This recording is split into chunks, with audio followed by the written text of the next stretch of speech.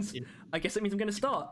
We've started recording. Okay. Hello everyone. This is a very special video. I don't know if I'm going to call it an episode.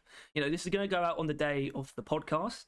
But can you speak one more time to make sure I'm actually picking you up? Yeah. Testing, 1, 2, 3. I tested my own audio, but literally just in like the excitement of getting you on, I sort of forgot. I have no problem. Let me just for 1 second. Let me just open the window. Oh yeah, no problem. Just a second. Yeah. Anyway, so like I said, it's going to go out on the podcast day, but it's not going to be an episode of the podcast. I think that would do it a disservice to like homogenize it. Even if it was like a special episode, I think it's like this is going to be an interview more than anything else. Not entirely just asking questions, but mostly that. We're here to give the floor to Troels Jørgensen, who was now the ex-sound designer at Ghost Ship Games, aka a very prestigious person in the deep rock community. Like the sound design and music in DRG is utterly fantastic, and you don't need to be embarrassed about saying that, because it's just a fact. Right? Thank you. Yeah, I mean, do you hear that a lot? Yeah, I mean, of course I do, but that's also because of the way that statistics work. I only hear about people write me when they like stuff. They don't write me when they hate stuff. So I don't get I don't get, if I was a graphics designer, I would hear that people loved the art of DRG. If I was a programmer, people would say, etc., etc. Yeah. So it's just the nature of things. Okay, so Troels foolishly told us that we could ask whatever we wanted, so we might have gone a bit nuts, but it's actually not too bad. We don't have a ridiculous number of questions, and I feel like I should definitely get into them. And also, we should point out, Troels, you can take as much time as you want with any question. We're not going to stop you. So, but also as little time as you need as well. If you don't want to answer for too long, that's perfectly fine. Sure. I did want to, however, sort of start with a bit of an icebreaker. Hopefully Tyler will be able to answer to this, even if it's only brief. It's sort of, I just wanted to go around and figure out what our all three of us, our favourite aspects of like DRG sound. So our favourite song and our favourite sort of example of sound design. And of course, Troels, you can elaborate on this if you want, but I'm just going to jump in and say, Follow Molly is my favourite song by far. And in general, I love the sound of the pickaxes on different minerals. That's such an excellent piece of sound design, especially something like Morkite. I don't know if Tyler's available to give a quick piece on that. Yeah. Do you remember the name of the song, Tyler? Do you remember Ode to the Fallen, right? The Memorial Hall song. I don't know why, but it just goes hard. It just goes hard. In a soft way. Yes. Yeah, in a soft, hard way. It goes pretty hard. And I think probably the grabber, right? Like, it's such a prominent sound, and it instills such fear in like everyone. Like, you just see it in memes now. It's just a normal meme, and all of a sudden or the ceiling grabber. Mactero grabber. Yeah. You don't hear much of the ceiling grabber anymore. There's a bit of an issue there, I think. But okay. Yeah. Yeah. And now you. Well, me, I would say Follow Molly is a very good example of a track that turned out great. I think also, like, in general, I would say Volume 2, I just think is a better volume of tracks than Volume 1. I guess it would be sort of wrong. A lot of people. It would sort of be wrong of us to like agree, because that's like a way of saying that Season 1, Volume 1 was not as good. But it's all fantastic. But I do think, I do think Volume 2 you got better. I think that is a compliment. Yeah. You got and I think that's pretty cool. All right, that's awesome. And okay, I guess we should just move on. Sorry. Right. Okay. An interesting thing is sort of like, I guess people wouldn't inherently know what it is that you do. Like, they hear sound designer, they might not inherently know what that is, because you work in music and sound effects, don't you? And I would ask if you could maybe explain your role, maybe specifically your role at Ghost Ship as well. Yeah, sure.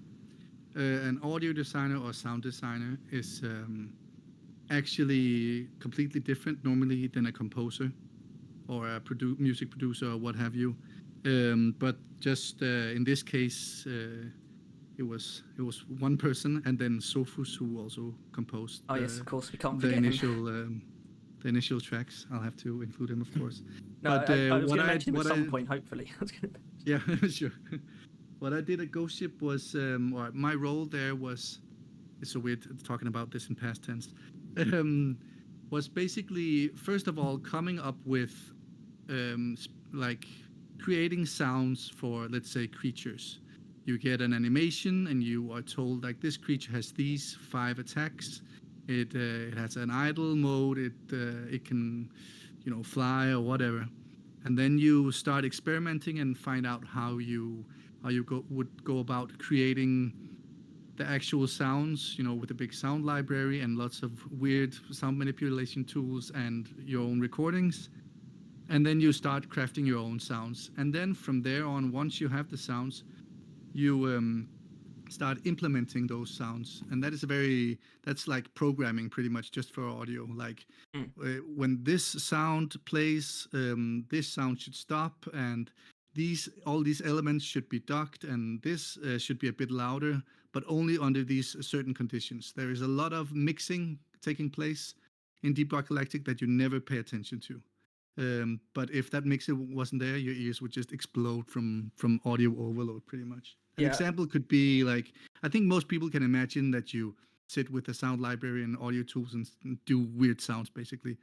But all the different systems we have to make it work, I don't think people notice, and nor they shouldn't notice, because that means that you do a great job, right? Yeah. Like for instance, I divided all the enemies into 3 categories, like small, medium, large. And whenever a large creature is roaring, it ducks the medium creatures and small creatures. And whenever a medium creature is roaring, it ducks the small creatures, but not the large creatures. And you get the point. And stuff like that happens all over the place in the game. And when you shoot your own weapon, your other co-players' weapons are ducked. And certain. If you don't mind, could you possibly explain what that term is? Yeah, sorry.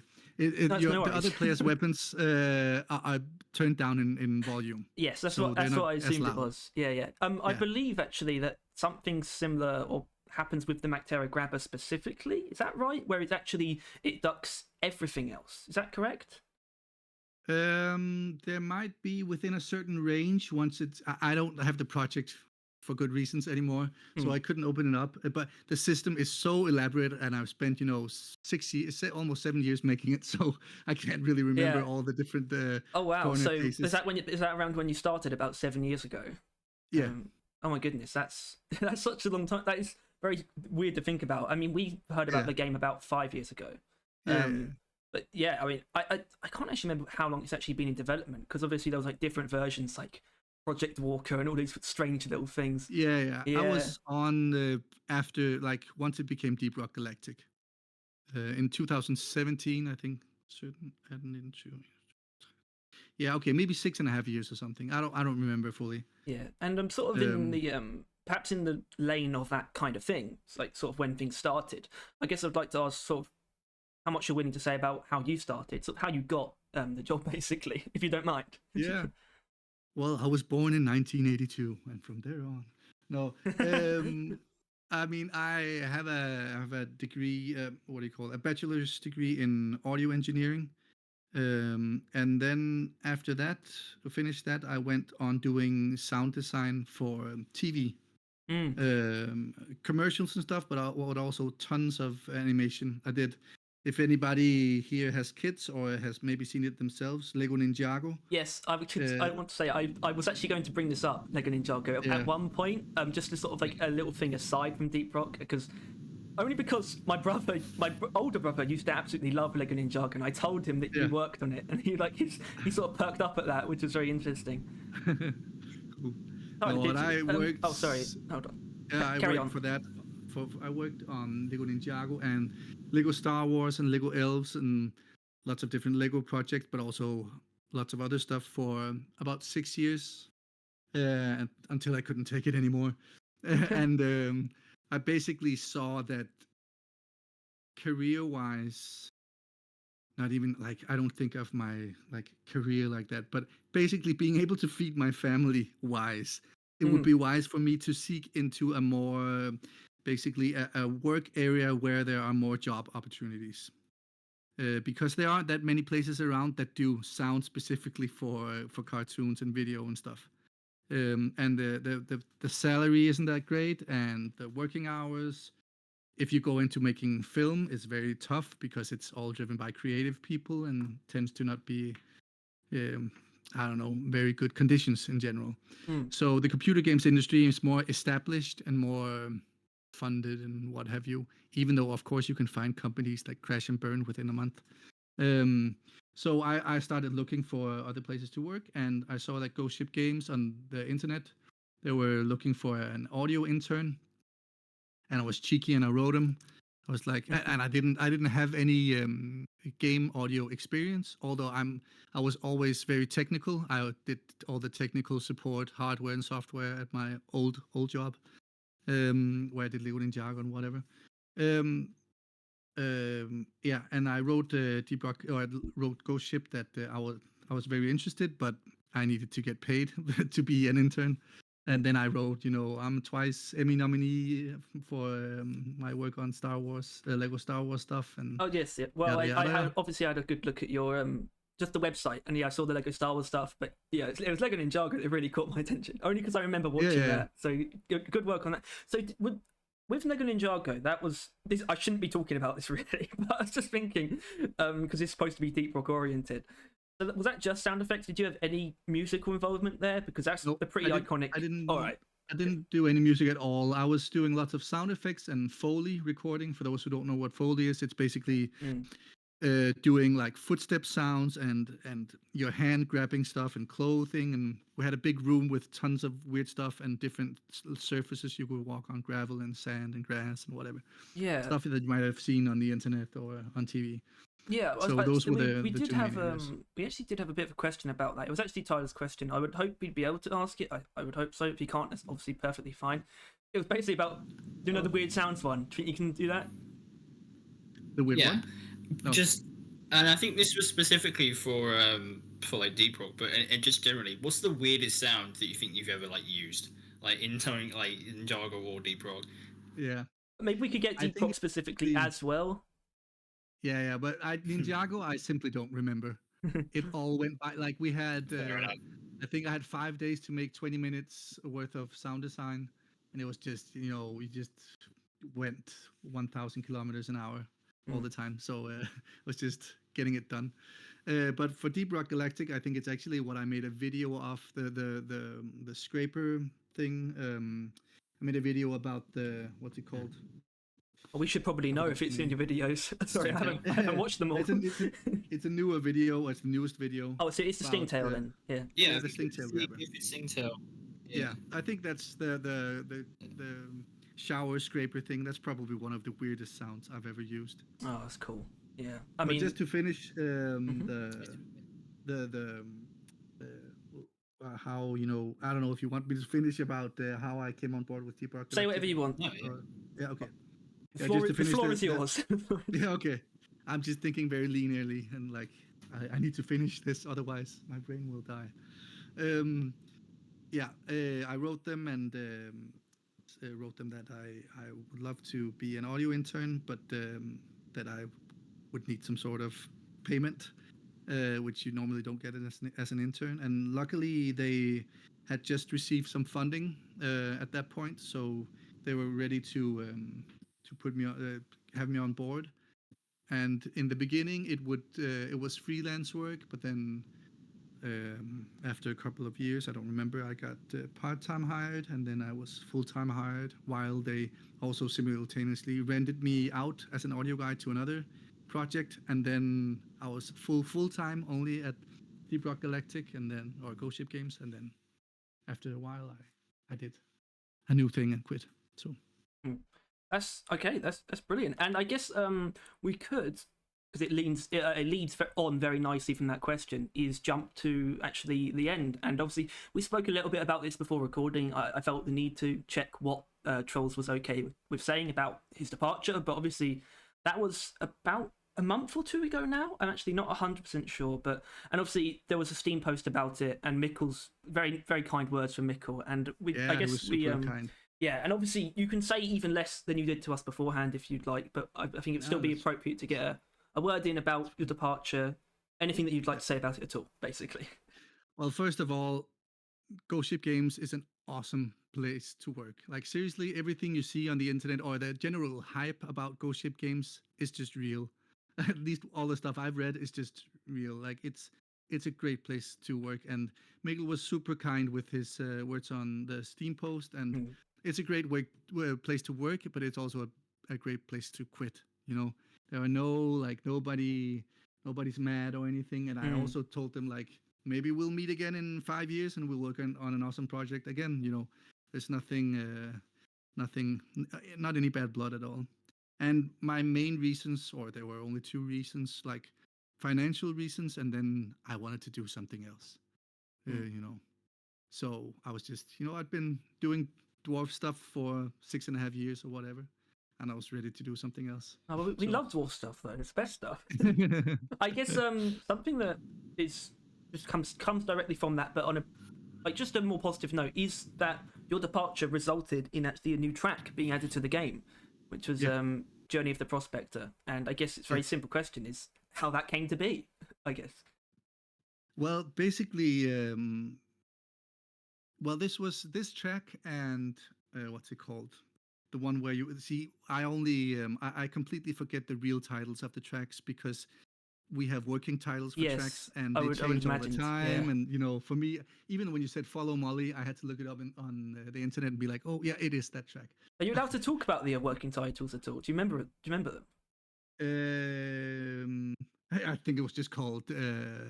I think it was called something with Carl. I don't remember actually. Quest for what was it? I don't remember. We actually have a weird Carl question actually from a viewer coming up later. Yeah, okay. That'd be weird. No, but it was we were trying out just generally new stuff in general, and we wanted to try out new music as well. So I made 3 tests, 3 test tracks, and they were all done so like to illustrate, because this would also illustrate how it would be if I composed the tracks alone. Like I would be the only one who was involved. So I wanted to illustrate like different sections within a game within one track, which is normally not what you do. You have one mood for a track, but I went through maybe 4 different themes or moods in a track, and I did 3 of those tracks just to throw them out there and see what happened.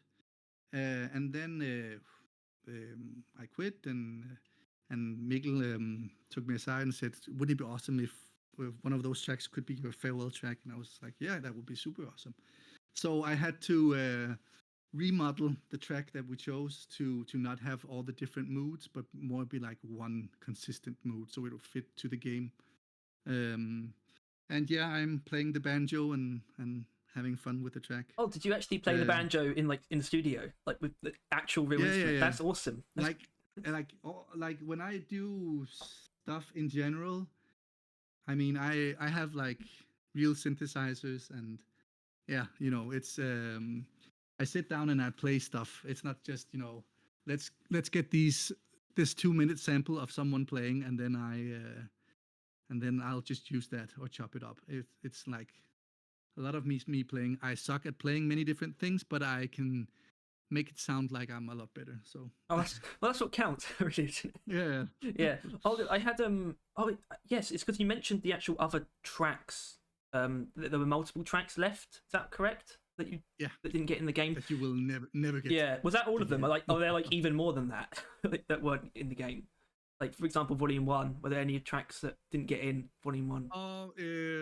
I think we pretty much used all tracks on Volume 1 and Volume 2. Like, I think all of those turned into real tracks that were released in the end. I mean, if you've seen the videos, some of them are very different in the beginning from, when I finished working on them. But I think all of the tracks were used. So there are 2 other tracks from this last experiment that will probably never see the light of day.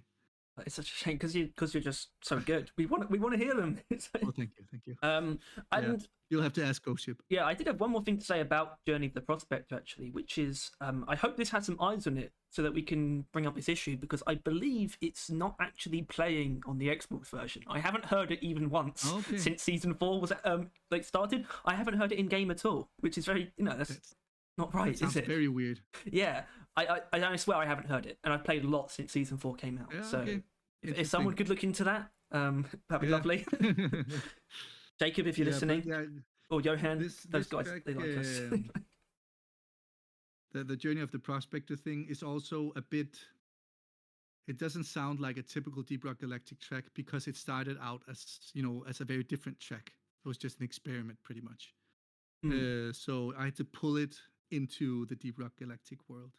And also, of course, it's not composed by Sophus from the beginning, so that's also a different thing. There are two tracks, like the Journey of the Prospector and I forget the name, where you activate the what's it called? Let me just find Activate. Could it be the core infuser? Yes, exactly. A very short track. Those are the two. Oh tracks yes, actually, I believe like there's like the full version of that is like available somewhere.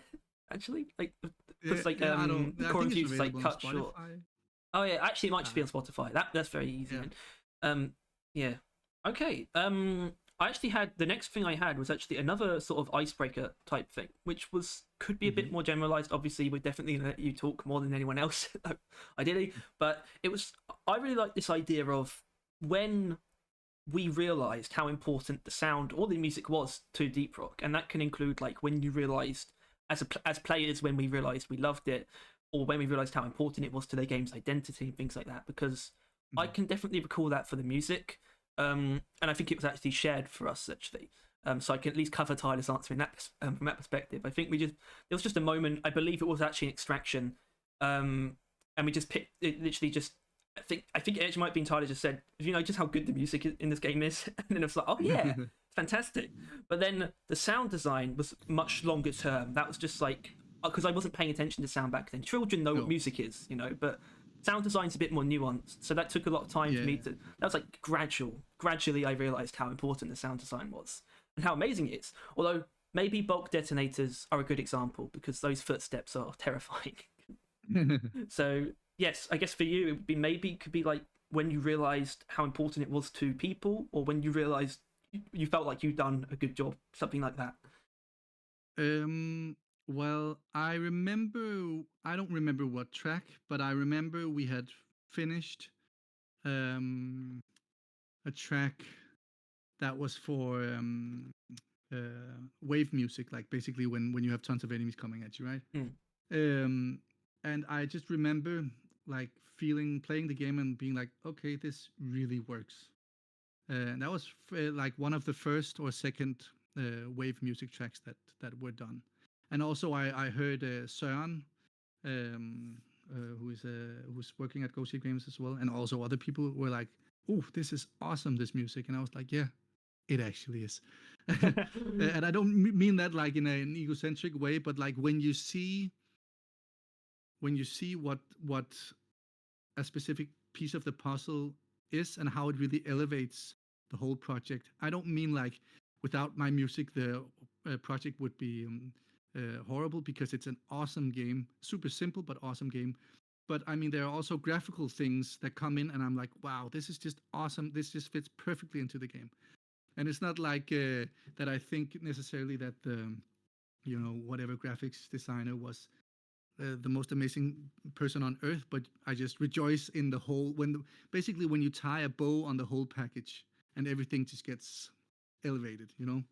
That could come from whatever person, me or someone else.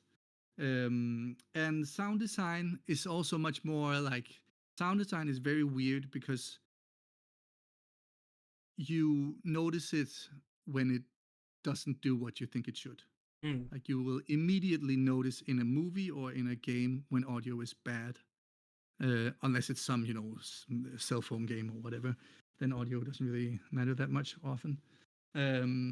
So I think it's much more once I started actually getting the different systems in that we only hear, for instance, the 3 closest enemies all the time, or whatever number, I don't remember. And when a creature screams, it ducks or lowers in volume, many other things. And once I had the whole soundscape cleaned up a lot, so you only basically whatever can kill you or whatever you need to pay attention to should be the sound that is standing out, and that doesn't happen by chance. That's pure design. Once that got cleaned up, I was really like, "Ooh, you can really like you really start to notice all the different sounds now." And my mission with this game and every game that I work on is that you should be able to be able to navigate the game with your eyes closed, like go by sound, go by your ears only, and then hear like, oh, I'm about to die now. What am I about to die from? This specific enemy, and it's over here in this direction. Oh yeah, well, I mean, definitely, because all the sounds are that unique. So that sounds like a very good approach as well to take to a game. Yeah. Like play it blindfolded. You don't want like 2 enemies to sound the same, because one of them might be an enemy that can kill you from from the other side of the cave, and another one might be stepping up and just eating you. So you need to have an audio cue that tells you, oh, it's one of those enemies, I need to move away now, otherwise he's gonna explode, for instance, right, with the exploder. Or it's a grabber, like that's a very high pitched sound that you can hear from far away, so oh no, I need to run, I need to look up and start shooting, right? Or at least see where it is. So I don't have one specific point where I was like, this is working now, but it was just a constant, I constantly tried to make the worst sounds better. And then once they were good, I could hear like, oh, well, these sounds suck. Okay, I need to upgrade those sounds. And that this logic doesn't sound good because you can't really hear where it's coming from. If there's an explosion, you can't hear that guy or this thing. So I need to tweak this. I was just constantly fiddling around with lots of small things. That's awesome. And that kind of answers the question I had about sort of what you're most proud of. I mean, I don't know if you could go further with that, but I would be a bit more interested in. I had like another half to that question, which was basically the greatest challenges or the most difficult parts, like the most difficult song to make or the most difficult sound to perfect, or just the greatest challenge that you overcame in either aspect at any point in development. Let's see.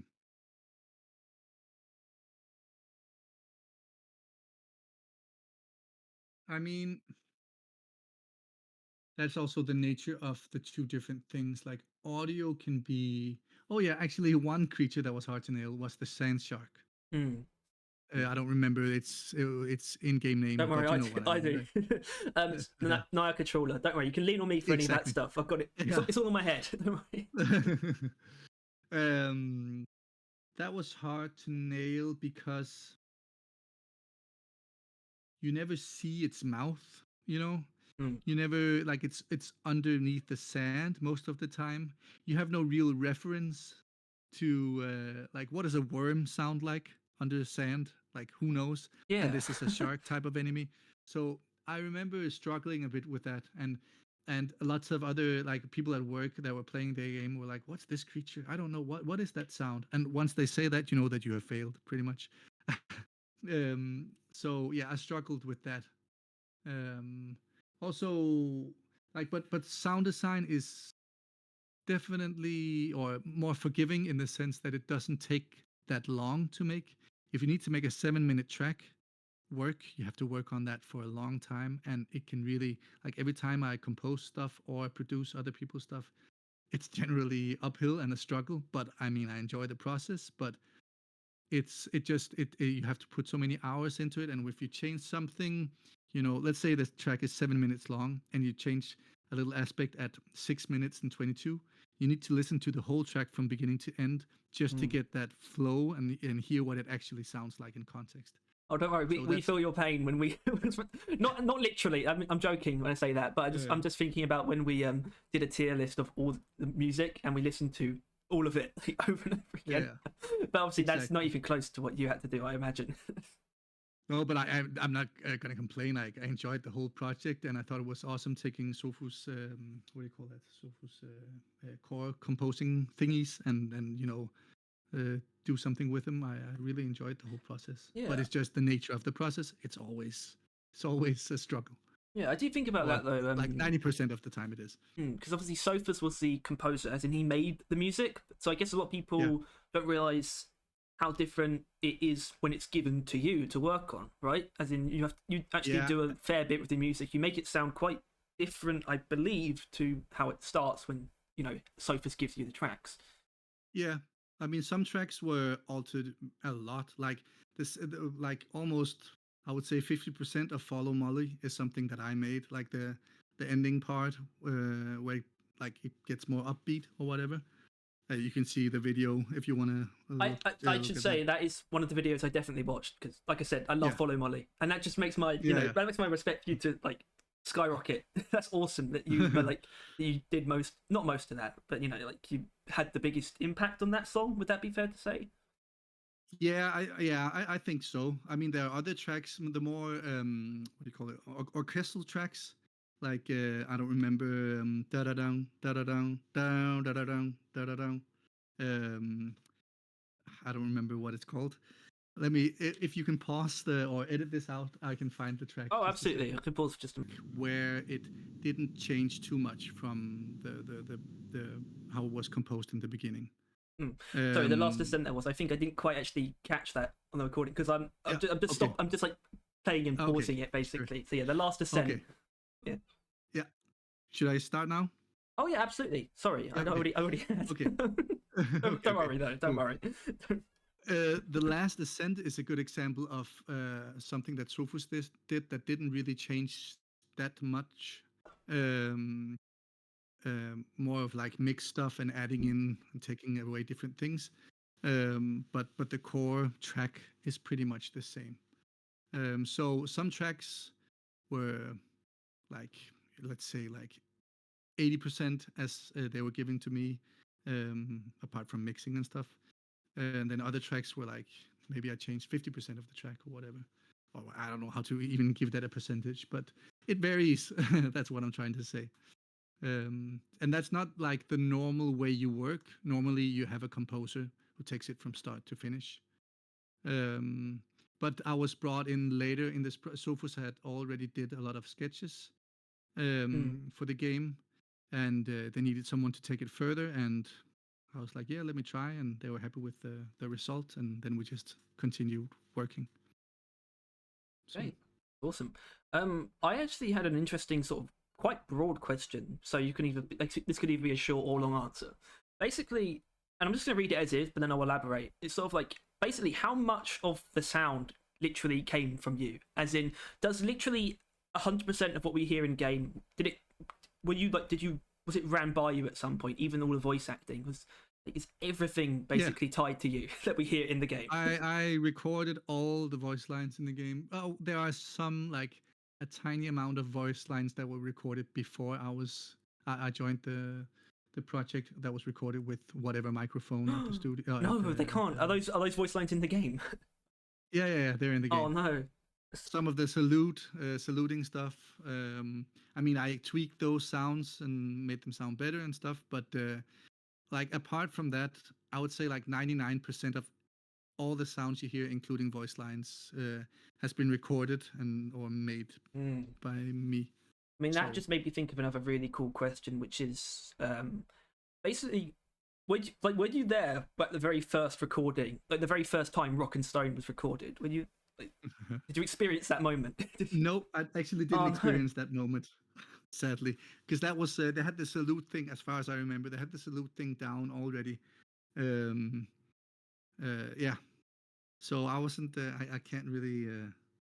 And I recorded Carl, but then he vanished. So I'm not allowed to talk about that either. Oh no! One of our viewers is going to be disappointed. No.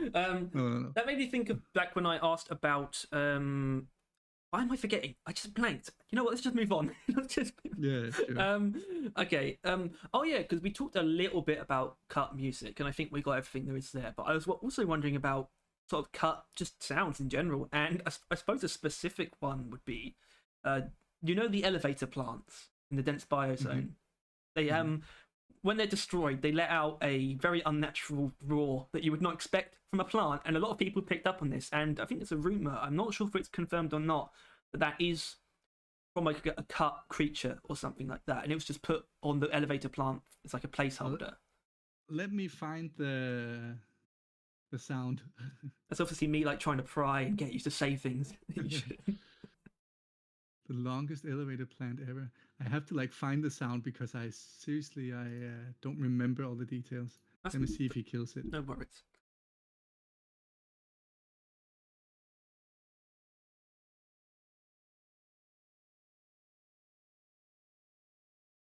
No, sadly he doesn't kill it in this video. Like sometimes sometimes with let's call it less important stuff in DRG, or let me rewind here. When I make stuff, or when we create a new enemy or plant or whatever, the programmers often just put together sounds that I've already made. They take maybe 2 sounds and put them on top of each other or whatever, and then they just to get a feel for how it behaves in game, and then they send it off to me, and then I make a new sound. Often they haven't made any sound, so I need to make sounds from scratch. But often I change, whatever sound they put in. That's also why I don't always remember what sound it ended up with having. And the elevator plant, I don't remember the death sound of the elevator plants, sadly. And I think the rumor you told me about, I don't think it's true. I just think it might be another enemy where I ended up, or the programmer ended up pulling a lot of sounds from an existing enemy death sound, and this was what was left. And I either agreed with it and thought it sounded okay, or tweaked it a little bit. That would be from the top of my head without even hearing the sound. Oh, there you go, everyone. Myth busted. It's not true. It's not true at all. Okay. I don't think it's true, at least. No. It's just the reason why that sort of people say that is just because it just does not sound like what the elevator plant should do at all. It's just it's just horrendous roar. And every time someone hears it, they make a Reddit post. They're like, "What was this horrible sound that I heard?" And they have no idea what it was because they wouldn't expect it to be a plant. It's like. Yeah, and that might have been one of the things that that should have been under closer inspection, and where we would be like, oh, I need to change this. But sometimes, especially in the middle of DRG, like a couple of years back, development was so hectic at times that stuff was just like it went very fast, creating sound assets and putting them in and getting them out and stuff. And once they're out, I can't really change them. I can tweak them a tiny bit, but not too much, because a lot of people will complain if I change the sound completely. Okay. And that's for instance, when you mine stuff, that sound, the core sound was always there, but it got upgraded a lot over the years. You don't really notice it. You just like, oh, it sounds a bit better now, maybe, and that's the whole idea. Yeah. Okay. Brilliant. I had a sort of a double-barreled question, but I'll separate them. I think asking 2 questions at once is not a great idea. I had something sort of about how I wonder if it got more difficult, which sounds very general, but maybe an example would help. Like, for example, was there a significant change in how difficult things got when you transitioned to making like a whole new faction, like the robots and the rivals? That's a completely different sound to them. Was that a big challenge? And did it feel weird to sort of go into that? No, it felt awesome, because I was like, "Ooh, I could do with something completely different." That makes sense, actually. Yeah. Yeah, like I've done, let's say like 50 different creatures. Let's do something non-organic. Woohoo! And no, it was great. I love synthesizers and stuff, not only for music making, but also for making just weird sounds. So it was fun doing different things like that. I really enjoyed making the caretaker. And what's it called? The big there's the big guy that mimics a dwarf. Nemesis. And then the Nemesis. Yeah, the voice lines for that, I think they sound awesome and super scary. But the whole caretaker thing, starting up and all the different sequences it has. Also the the smaller robots that roll like BB-8, Yeah, whatever they're called. patrol I only bots. worked. Not Yeah. not to sound like I'm correcting you. I'm literally just it just Could- comes please- comes out my mouth. You know, just like Please correct me. I'm like, I feel like, and no, I can't, not to compare me with anyone else from Star Wars or anything, but I've seen interviews with Mark Hamill, and he's like, hey, yeah, those guys in the sand, what are they called, you know? or when you work on Harrison a Ford. project- He has no idea anything about Star Wars. No, Harrison Ford is even worse, but like Mark Hamill also had some of those. But not to compare myself to anyone in Star Wars, but once you're deep in a project, you see everything from a completely different perspective, and you focus on different things. And final names are made, you know, after you're done with the project, so you don't know anything. Yeah. So, Yeah, I really enjoyed making the rolling thing. Also, when it dies, how the voice lines glitch or the sounds glitch. oh yeah, yes, yeah, definitely. I know what you're talking about there. That's good. Okay. When you brought up Star Wars, I mean, I don't want you to. I'm not going to box you in with Star Wars, but it made me think of a question that I hadn't written down for some reason, which was basically just about the like inspirations that you had like for the stuff that you worked on Deep Rock. Like, did you get inspiration from things like Star Wars and whatnot? Because I said I wasn't going to box you in, but I just Star Wars' sound design is so important to its success, you know. So yeah, I mean, I've as a kid, I watched A New Hope maybe like once a week for 3 years. Oh, there you go. I'm not exaggerating. that'll do it. That'll do it. So and not like as an adult. I mean, I think they're good, fine movies and everything, but I don't think they people gonna kill me. But I don't think the old movies hold up anymore to today's standards. Oh, don't worry. Tyler will be the first to agree with you. Yes. I mean, they're great for what they were, and I love watching A New Hope just because it's super nostalgic, and I have my own like reasons for loving it. And I was a complete Star Wars fanatic as a kid. So, but as an adult, it's like I haven't really watched them, and I'm completely overloaded with Star Wars content on Netflix or Disney Plus. I can't take it anymore. Oh, But, yeah, that's a for different sure. point. Yeah. Well, we could talk about that, but no, we shouldn't. But Solo and Rogue One are the only real Star Wars movies, or newer Star Wars. oh, movies. I haven't And actually, also, I haven't seen Solo, but Rogue One was quite good. Yeah, that guy, the guy who directed it, Gareth. Why am I doing this? He's got a new movie coming out this year called The Creator, and it looks amazing. So I just want to throw that out there. That's some promotion. Yeah, okay. Cool. Also, the first of the newer Star Wars movies, it's fine as well. Oh But, yeah, it's that fine. aside, Yeah. I mean, me watching those movies has really influenced how I think of sound in so many ways. Because Ben Burtt, he's the guy that made all the sound design for the Star Wars movies, the original ones and the prequels, and also all the Indiana Jones movies and Wall-E and whatever. He's pretty much like a sound design god, because he was the first one who took sound design so seriously.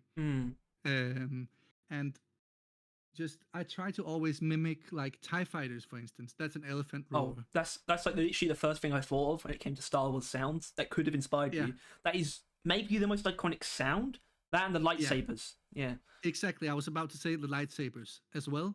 And there are so many of his sounds that have a vocal quality to them. I try to have like, you know, you can go woom woom and people know what you mean. Like, and that's great sound design. Or you can go and they know what you mean, right?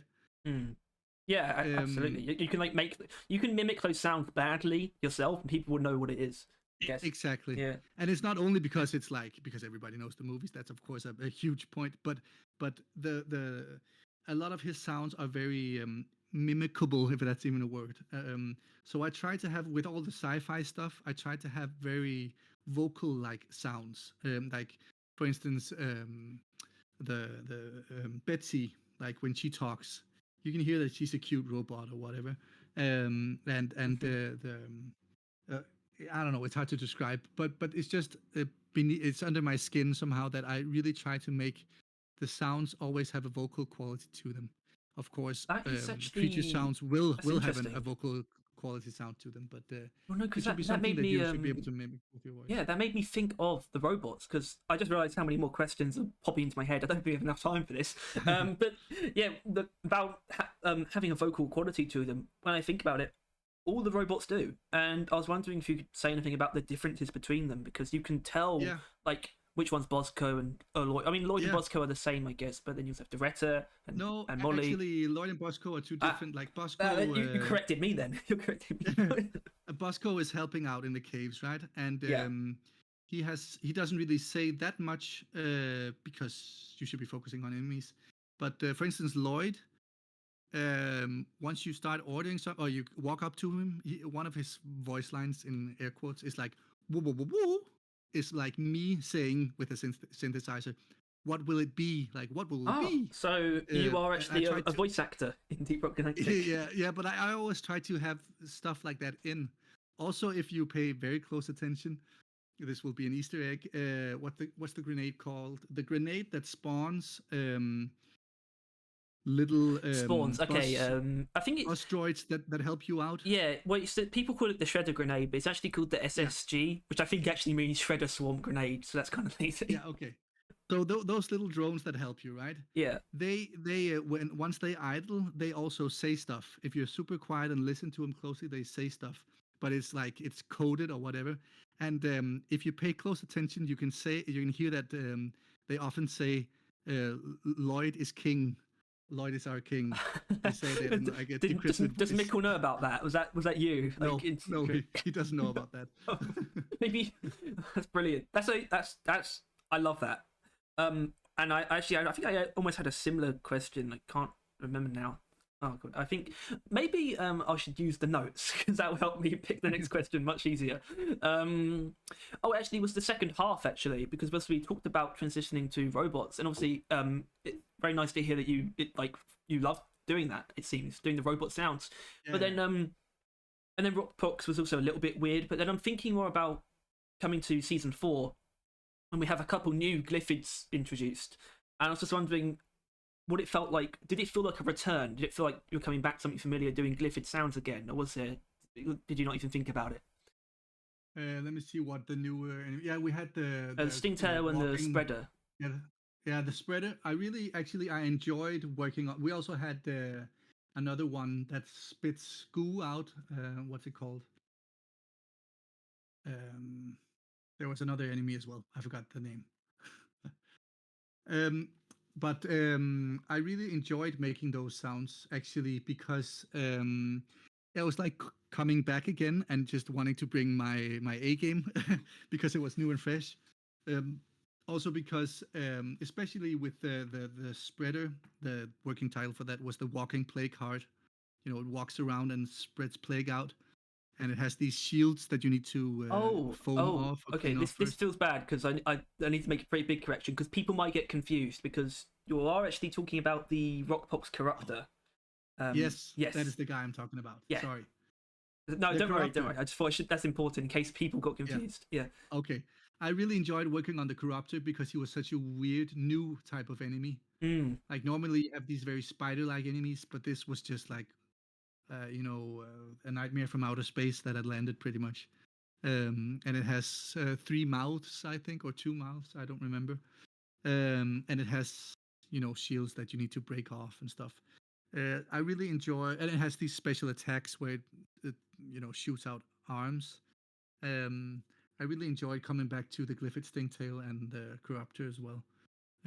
What was the last enemy you said that I got wrong? Okay, yeah, because you were calling the Corruptor the spreader, so it was the Glyphid spreader, Glyphid septic spreader. Okay. Yeah, the septic spreader. Yeah, that was the one I thought you were missing, but yeah. Oh yeah, I noticed that you said about one that spits, and I thought I said that. Yeah. I thought I said that. Yeah. Don't worry though. Yeah. I really enjoyed making those sounds, but that was also very much toward the end. I knew that I would be quitting and everything, and I just wanted to make some awesome stuff in the end. I've heard a lot of people commenting on my YouTube video about the Glyphid Stingtail that it sounds like a toy or something Ed and Eddie or something. It's a bit of a squeaky toy thing, I completely respect that, but I just have to say we don't have that toy in Denmark, so I don't even know what that sounds like. Well, I wouldn't be worried as long as it's identifiable. Then you've done your job. It's a very identifiable sound. Yeah, it's fine. Like whenever you stick your neck out, someone is about to, they're going to dislike what you do, and some other people will like it, and that's fine. And I also, I mean, since a lot of people also thought that it sounded like what do you call that, dog toy or whatever, or honking thingy. I mean, I should probably have thought about that, but I didn't really. I just thought it sounded cool, so life goes on. It does make that noise quite a lot, I should point out. Yeah. I wanted to quickly go back to inspirations because we didn't talk about musical inspirations that much, and we don't have to spend too much time, but I am actually aware, and obviously you can correct me, obviously, but because this is about you, but I am slightly aware of two pretty significant inspirations, like very specific examples of inspiration for music. One of the ambient tracks drew directly from the Thing soundtrack, the movie The Thing, and another one was a Swarm track, which is Dance of the Dreadnought, I think it is, that's inspired by Queens of the Stone Age. I don't know if both of those are correct. Yeah. Awesome. I think the working title was Dwarfs of the Stone Age or something. Oh, that's awesome. Yeah. Wow. But I mean, Mikkel had already set the tone. The track that's inspired by The Thing was already composed once I got there. I remember what it's called as well. It's called Principle of Darkness. Yeah. Mikkel is awesome at directing the game, basically. Mikkel is the game director, and he's awesome at having like a completely clear vision of what he wants and what he doesn't want. And he was just like, this is going to be dark 80s sci-fi music, and these should be the inspirations. And then I, of course, once we went to volume 2, I added my own inspirations because I could fill in my own stuff. There was some Prodigy inspiration on that makes sense. one of the tracks. I don't remember what track, but I'm sure you know which one. The down. What's the number? Let me think find so. It. Yeah, let me find Run. It's called. That's definitely very much the Run. Prodigy and Firestarter. We're a big fan of Run. Yeah. Oh, yeah. It's actually, that should have been one of the specific examples I mentioned because I remember hearing about the Prodigy in relation to that song. That makes because those drums are incredible. I wonder, were those drums done like live in studio, like on a drum set? No, only the track that I forget the name. That's a very much like sounds like a Doom soundtrack, like very heavy metal like. I thought that was I thought that was the Queens of the Stone Age one. I thought, which is Dance of the Dreadnought. Yeah, it is. Yeah. Okay. Well, that track was done. Sophus had done it in the beginning with all virtual instruments and whatever, and I re-recorded the drums with real drums on top of it. Oh, that's great. And played. I played the guitar and the bass and whatever on top of it as well. That's awesome. But yeah, in the beginning, like it was very much the first volume was very much like John Carpenter, basically copy him, and then volume 2 was more sprinkle in some new stuff, and I could also easily just bring in my own inspirations for things. Oh yeah, like volume 2. I keep saying seasons. Volume 2 is so much. It feels like you were set free almost, if you know what I mean. Yeah, exactly. It's much more. There's a lot more variety. I think that's just true. It's also what we wanted to do because we had this great base of music, but we wanted to make new tracks that would fit in the same style, but would take it in a slightly different direction, and not only one slightly different direction, but many slightly different directions. Yeah. So, I mean, I think people are probably going to kill me if I don't ask about this. Was there any kind of discussion, or has there been, or do you think about at all, Diggy Diggy Hole, the song, either the Yogscast one or the Windrose version at all? I remember someone talking about it. Let me find it. Oh, have you actually? Because I heard it so long ago. It's like baked into my brain. But it's like, obviously it's not technically tied to Deep Rock in any way. The song came out in 2014 originally, but it's become a pseudo anthem for like the dwarf culture that Deep Rock sort of popularized, So like those two things go hand in hand for a lot of people. And like the band who did the metal cover, Windrose, they even mentioned how they would like to, collaborate with Ghost Ship, which would be awesome. That would be amazing. Yeah, that would be awesome. They should they should get in and be like the replacement. yeah, sure, that would be cool. for the music. I don't know of any. Like, I remember this track being shared, around work and stuff, and I also remember listening to it. But it wasn't something that we like actively were like, we need to nail that sound and copy it, or be inspired by it necessarily. I mean, I'm sure it featured in the whole also because this ties into dwarf music, and our music ties into dwarf music, so it all draws on the same inspiration and stuff. Oh yeah, for sure. As we sort of get closer to the end of this, I want to sort of dip into the more prying questions that we might have, sort of like trying to extract information from you, kind of, basically. Obviously, you can say as much as you'd like, as we said. So you can even like skip questions if you need to. But I am really interested in. We actually are both really interested in different music for different scenarios, and we're not talking about like the different types of tracks like extraction, swarm.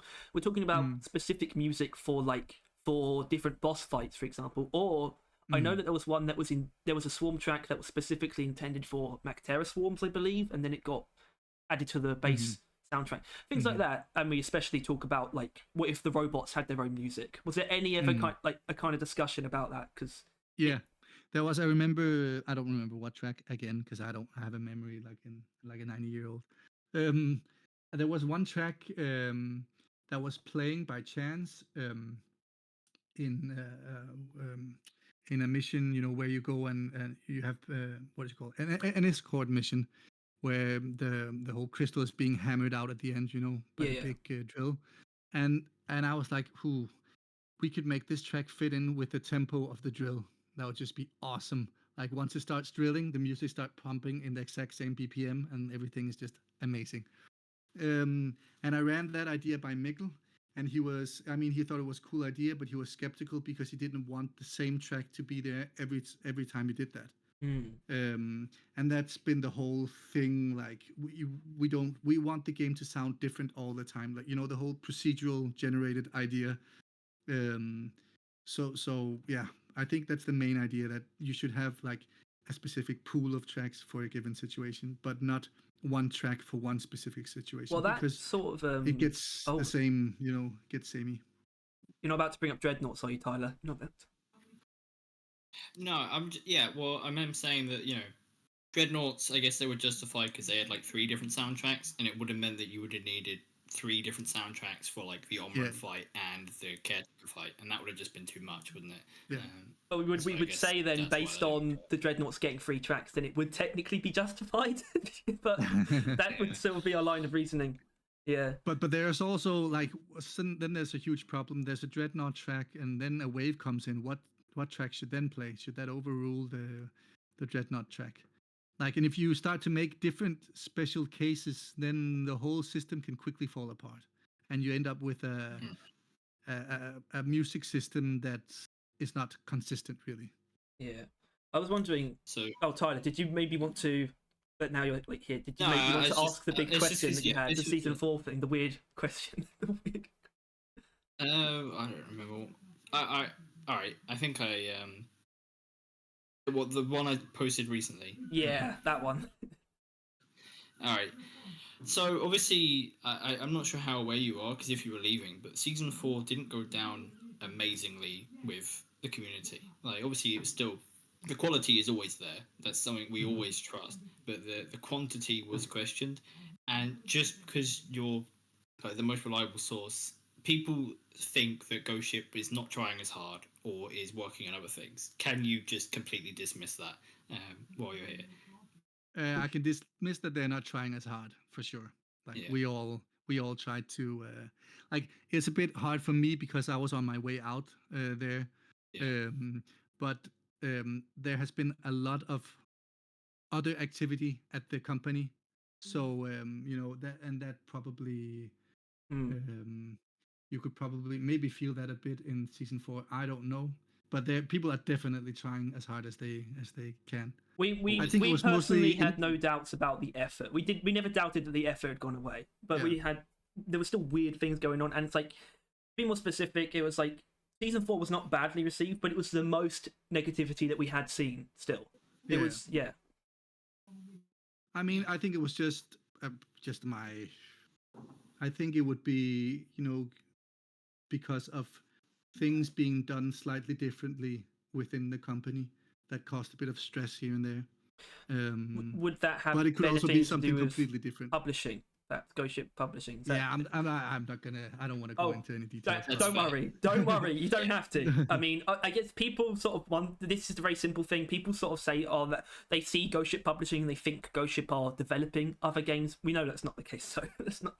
It's just a publishing firm.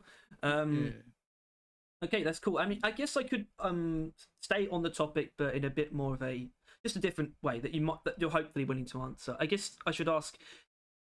A lot of people could say some of this started where there's any kind of mixed feelings that started springing up. Season 1 could be considered a starting point because a lot of things changed. The direction of the game in terms of the updates changed. So did you feel like anything changed when you started making seasons? If you can say anything about that. To me, it's like honestly, it's just one big blur for me. Makes perfect sense. Because we had the initial game, but then I was just constantly working on upgrading the sounds here and there without people noticing it, so they would complain. And then we started doing seasons because the whole game was doing so well and everything. It was just one continuous workflow for me. I never and I don't really pay attention to whatever comes out next. I'm like, oh, that's a cool creature. I wonder how that sounds. Like that's my world, right? I mean, that is. I don't know if it would be even possible for you to say anything about this, like literally, as in you might not have anything. People obviously wonder, or we specifically definitely wondered when you left. Is like, what's going to happen next for Deep Rock Sound? We naturally think about these things, and the fact that we confirmed that pretty much all of it came from you means that you were very important at making Deep Rock sound the way it does. So it comes as like a concern, like who's gonna step into your shoes, and can they do it? And I don't know if you'd be able to say anything about that. You don't have to, but yeah, the guy that took over from me is very competent. I know him personally. That's important. We didn't actually know that there was an immediate replacement, so that's actually good to know. Yeah. There is a replacement. So there will be there is a new guy. He already started. Do you trust him? Yes, I do trust him. That's brilliant. That's all we need. That's your seal of approval. That's all we need to hear. I'm sure he'll do great. I mean, it's for anyone. If I was to go into a project like Deep Rock Galactic, just walking in from the street, it would be a huge task just to wrap my head around the system and everything. Like, if I tweak something here, will it break the whole thing? And what if I do this? And what if I do that? So it's just a big task, but I'm sure he'll do great. And okay, so before we get to, we don't have many viewer questions, but there are a few. And before we get to those, I should say, by the way, there is music in the future. I have no idea about how that will, so that's important. I should have asked you about that. On sound design. Well, Sophus hasn't been at the company for a while, though, hasn't he? He was only composing stuff. He was never like I shouldn't say a part of the company, because his work is, of course, a huge part of the game. But he was never hired for a long period by the company. He was basically work for hire for a short. Yeah. We sort of I think we'd read that somewhere, or at least heard that. Yeah, that makes sense, because like I said, he hasn't been at the company for much longer than you haven't been, right? Yeah. So that makes sense that you wouldn't know anything about that. Okay, I had one more question before we get to the viewer questions. Like I said, there aren't many of those either. And this is a really cheeky one, by the way, and so I probably shouldn't be asking this. It's basically, did you work on anything that could still be added? Did you work on anything for the future? Example that springs to mind was, there's an enemy that has been leaked, so we can talk about it because Jacob's acknowledged it. It was called the Glyphid Stalker. It was cut from season 4. Did you, for example, make any sounds for that or anything like that? No comment. Okay. Okay. All right. I was about to try. I was about to try for some reason. I guess you. No, okay, I shouldn't. Sorry, I won't. I will keep my mouth shut about that. Like, one thing is that I don't want to say anything that I'm not allowed to say, and a bigger part of it is just I don't know. I don't even disagree that you probably shouldn't say. I just thought I should ask anyway. Okay, so as I said, we have a couple of viewer questions. and we could probably just do them all. Some of them are very simple. I mentioned the Carl one, so we might as well do that. And I don't really know what you're going to make of this when you hear it, but we have XDBD1 who asks, "Are there any sounds in the game that are from Carl?" I'm gonna try. I'm trying to make up something stupid, but I can't really think of anything. But no, Carl is dead and gone. Well, see, that's some information there, isn't it? He's dead. We don't know that. Oh dear. Didn't even know he's real. Okay, we have a bit. This is a sort of an opinion question. Just want to know what you think of something from Lizard Dude 6757. What your favorite? That's an awesome name. It is, isn't it? It is.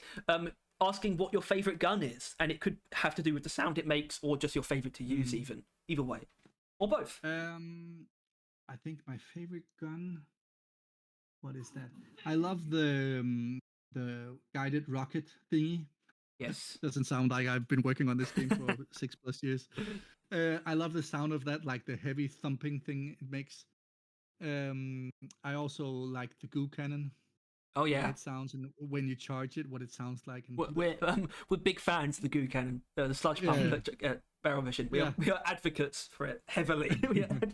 But playing, I mean, I normally play as scout, and I just use the assault rifle. Oh, nice. And then a shotgun as secondary. The boomstick's got good sound. Like, we can't deny that. We've said things about the boomstick, but sound-wise, beautiful. Much like all the weapons are, very distinct as well.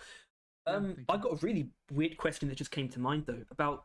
I don't know if the word gunsling animations means anything to you. The animations that you can play, when you just press the reload button. I'm thinking about the crossbow had one where you strum the crossbow string, but you can't actually do it most of the time. You can't, because you always have 2 ammo types. So if you press X, then you switch between them. So you can never actually get the animation to play. That's true. And there's also a wave cooker thing like that too. So it's weird. The wave cooker was awesome to make. I really enjoyed that. Oh god, to make me feel like we should have asked about questions. We should have asked about weapons more now. I have an old reel-to-reel tape recorder. I had 2 of them that I just recorded all the buttons and rewind sounds and whatever, and just ended up using a lot of that. It was a really organic process where you're just like, oh, this sounds awesome. Maybe I can use this here. Maybe I can use that there, and stuff just fits. So that was good memories from creating the microwave gun. Nice. I mean, we also love the wave cooker version. I thought about, just quickly, actually, this is a question I thought of a while ago, but I forgot to write it down. It was basically about some overclocks actually do have different sounds tied to them. I believe Fat Boy is one of them that actually has a different sound. Although a lot of them don't have that. I just wonder how much effort was put into differentiating overclocks by sound, and if there's any that you feel like you missed. I have to admit, the overclocks, I didn't put a lot of effort into making those. I have to admit, because I mean, they're more numbers being changed around anyway. The sound isn't hugely important, so I don't blame you. Exactly. I don't blame you. It's just because I always try to focus on where you get most bang for the buck, right? Low-hanging fruits that will have the most impact for the user. And there are always things that I feel like I should focus on, and that was just never a huge focus for me, because you were so busy, I was so busy with other stuff in the whole pipeline, and then I never really got to focus on that. I mean, there is a lot of work. That being a sound designer is like preparing a lot for different designs of weapons and creatures. And then all of a sudden, it just needs to be finished yesterday. So, that's how it goes all the time, or most of the time. Yes. Okay. We have the rest of them are a bit odd. As in, this one is strange. This is from Literate Max, who we've seen before. Streamed. Hello, Max. He asks, how does the game determine which Dread song to play? As in, which Dreadnought track to play? I might quickly, if I might, expand that. Did you ever consider perhaps Did you ever consider more Dreadnought tracks when they added the Hive Guard and the Twins? Is that ever a thing at all? No, I don't think so. No. And there is no, to answer the question, there is no determination. It's a pool of, we have like a pool of wave music, randomly selected. We have a pool of idle music, which is when you walk around in mine and stuff. which is randomly selected, and extraction music, or getting back to the drop pod music that is randomly selected. And then we have, for specific cases, the what do you call the core infuser, small different things there, but otherwise it's just randomly selected. So that's the answer. Boring answer. I have a weird question that I just remembered. I sort of came up with it before we started. I just promoted my engineer for the 40th time after getting to legendary. By the way, I'm a bit of an engineer guy, but something I picked up on then, I think it's specifically because I was anticipating us doing this. I noticed there's like a bit of music that plays when you promote that I haven't heard anywhere else, and I realized, is that actually a specific track for that? And it's not in the soundtrack, I don't think. Yeah, I remember. I don't remember what it sounds like, but yeah, there is. Oh yeah, down down down down down down down down down down down. Yeah. It's not like it's not the memorial one. It's for specifically when you go to promote in the screen. Yeah. So, okay. I thought that was weird. Okay. Yeah, I mean, that was so short that it never came into the was included in the soundtrack. So. Yeah, that makes sense. That makes perfect sense. Okay, I think this is probably going to be the last question. Actually, I'll do this one first in case anything can come from it. It's from Duck from T Lensk 2037. It's a strange question because it actually bundles in a lot of the basic stuff that we asked. So I will read it out, but just note you might not have anything more to say. He asked what soundtrack and creatures were your favourite to create, what creature sound was the most complex to create, and if there are any cut soundtracks or sounds. So we've definitely done cut stuff. I don't know if we got to something that's like the most complex thing to make. That could be interesting. Yeah. The most complex, I would say, what springs to mind also, because it's one of the last last things I've done, is the Corruptor. That was pretty complex because it has a lot of different modes, right? It can be walking around idling and spawning stuff. And then you shoot it first time, it runs away fleeing. Then a shield breaks off and it has a different scream. Then it has the attack mode where it, takes out its arms and spawns. I don't know. It makes this earth attack towards you, and then it dies in the end. So I think that was pretty complex. I mean, it wasn't a horrible process, horribly difficult or anything, but it was just an exploration to find out. Yeah, that was pretty complex. Yeah, from the top of my head, that's the one. I think something that definitely something that we're going to get comments about. If I don't ask this as well, I apologise for extending this longer than it needs to be. But I just remembered that Jetty Boot exists, the arcade game. Oh yeah. Yeah. What was that like making that? Oh, that was very fun. I took we selected different. I don't even remember how many. 3 tracks or something, maybe. You can educate me on that. Yeah, I don't know. There's a couple different ones, though. I don't know how many. Yeah, yeah, I don't know how many either. Yeah. And I made like 8-bit versions of them, and I took the original versions and listened to them, and I had to redo them, and I used I don't know if you know anything about the Commodore 64. The best-selling home computer in Europe ever, I think. I'm ashamed to say that I do not. No. No, but it's from like 1984 or something, So I don't blame you. That's what I grew up on, the Commodore 64. So I wanted to pay a homage to that sound. It has a specific sound chip in it, so it just sounds very horrible in a very distinct way. So I decided to emulate that throughout all those tracks because I wanted the whole thing to sound like an 8-bit machine, which the Commodore 64 was. So yeah, it was great fun. It was a quick job to do the conversion, so to speak, or recomposing. There was some weird suspicion among even people who big voices in the community, even actually, I'm not going to say. I can't remember who it was, but someone said something. Like, "Oh, does this have anything to do with Volume 3?" And it's like, "Ooh, no, right? No." Yeah, I have no idea. We've talked about Volume 3 a couple of times, but there's who knows if it's ever going to exist. I don't know. But that's too ambiguous. That's too ambiguous. Yeah. That's too suspicious. That's too suspicious. I guess the last thing we could touch on is actually sort of just, if you wouldn't mind, you don't have to, but I guess just looking forward, because obviously you departed from Ghost Ship, and I guess just on a personal level to you, we'd be interested to know if you have any idea what's next, what you'd like to do next could be important as well. Like if you have any big like things, is it still going to be in gaming or anything like that? Yeah, I'm definitely still working with computer games. I'm working on a project that is coming out that's called Void Crew. Oh, we'll have to look into that because we know that it's going to sound incredible. I did a lot of hours of sound design on that, but then Ghost Ship Games wanted me full time, so they had to find a different sound designer, and the game morphed and grew and whatever. So a lot of those sounds have been swapped out with new sounds because the game has changed. But I'm composing all the music myself alone, so that's great fun, and still doing that. But it's completely different from Deep Rock Galactic. The music isn't tongue-in-cheek or anything as Deep Rock Galactic score is, because this game is not a tongue-in-cheek game. So it's much more cinematic.